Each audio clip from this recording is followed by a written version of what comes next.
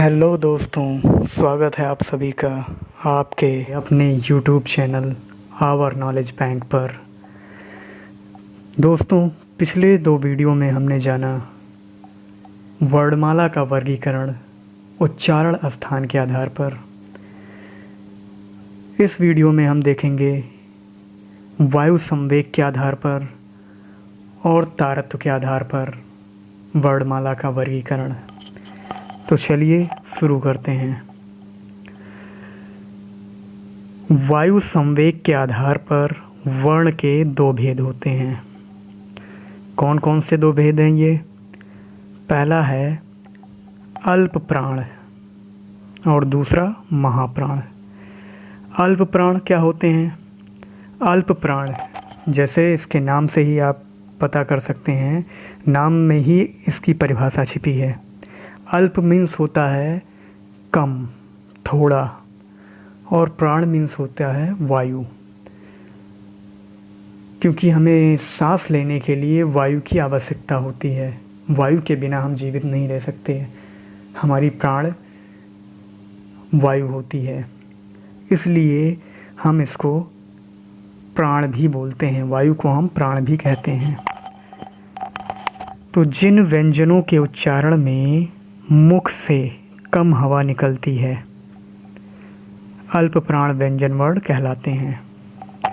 जिनका उच्चारण करते समय मुख से हमारे कम वायु निकले, उन व्यंजनों को अल्प प्राण व्यंजन कहते हैं।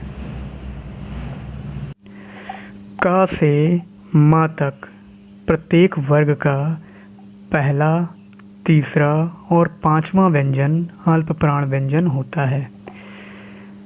पहला, तीसरा और पांचवा ये जो व्यंजन होते हैं वो अल्प प्राण में आते हैं।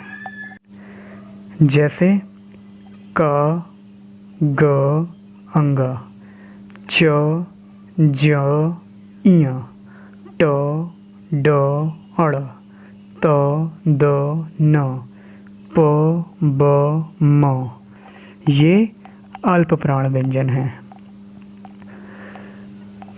प्रत्येक अंतस्थ व्यंजन भी अल्प प्राण होते हैं। अंतस्थ व्यंजन के बारे में हमने पिछली वीडियो में आपको बताया है। तो प्रत्येक अंतस्थ व्यंजन यानी य, र, ल, व ये भी अल्प प्राण में आते हैं। दूसरा है हमारा महाप्राण। अल्प प्राण यानी कि जिसमें वायु कम निकलती है, और महाप्राण यानी जिन व्यंजनों के उच्चारण में वायु अधिक निकलती है। जिन व्यंजनों का उच्चारण करते समय मुख से अधिक हवा निकले, वो व्यंजन वर्ण महाप्राण व्यंजन वर्ण कहलाते हैं। प्रत्येक वर्ग का दूसरा, चौथा वर्ण महाप्राण ध्वनि होती है। पहला, तीसरा और पांचवा ये आपके अल्प प्राण हो जाते हैं। बाकी दूसरा और चौथा वर्ण जो बचते हैं वो हमारे महाप्राण में आते हैं। जैसे ख, घ, झ, छ, ठ, ढ, थ, ध, फ, भ ये सब महाप्राण हैं। और प्रत्येक ऊष्म व्यंजन महाप्राण ध्वनि होता है। ऊष्म व्यंजन भी हमने आपको बताया था कि जिन व्यंजनों के उच्चारण में मुख से गर्म हवा बाहर निकलती है, गर्मी का एहसास होता है, वो ऊष्म व्यंजन होते हैं। जैसे स, ख, श, ह ये हमारे ऊष्म व्यंजन हैं। नोट याद रखिएगा, प्रत्येक स्वर वर्ण ना तो अल्प प्राण हैं और ना ही महाप्राण होते हैं। जो स्वर वर्ण हैं हमारे वो ना तो अल्प प्राण हैं और ना ही महाप्राण ये होते हैं। फिर देखिए तारत्व के आधार पर।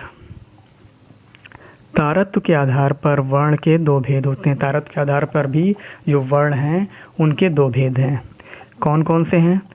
पहला है घोष या संघोष।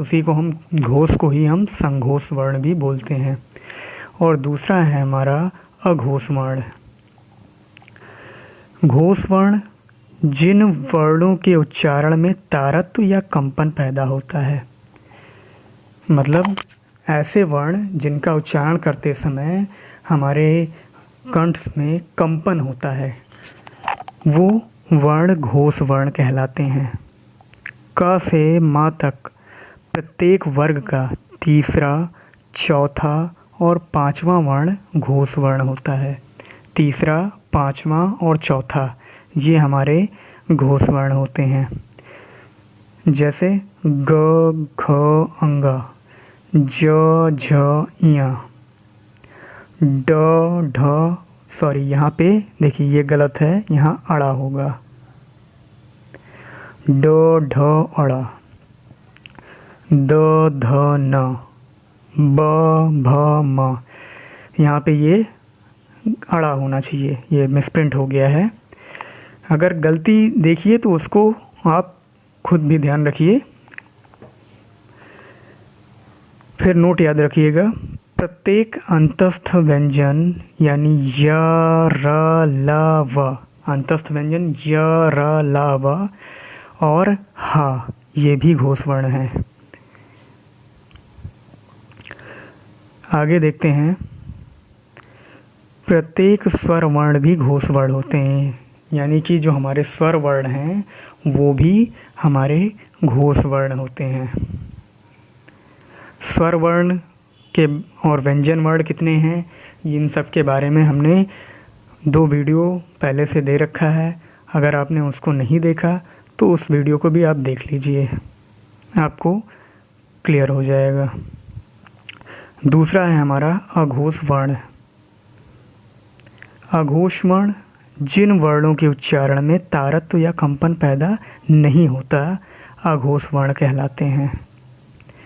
जिनके उच्चारण में तारत्व या कंपन पैदा नहीं होता है। घोष में क्या था कि हम जब इनका उच्चारण करते हैं तो हमारे कंठ से कंपन पैदा होती है, और अघोष वर्ण में कंपन पैदा नहीं होती, मतलब घोष का ही ये उल्टा है। क से माँ तक प्रत्येक वर्ग का पहला, दूसरा वर्ण अघोष वर्ण होता है। पहला और दूसरा वर्ण जो है वो अघोष में आता है, जैसे क, ख, च, छ, ट, ठ, त, थ, प, फ ये हमारे अघोष वर्ण हैं।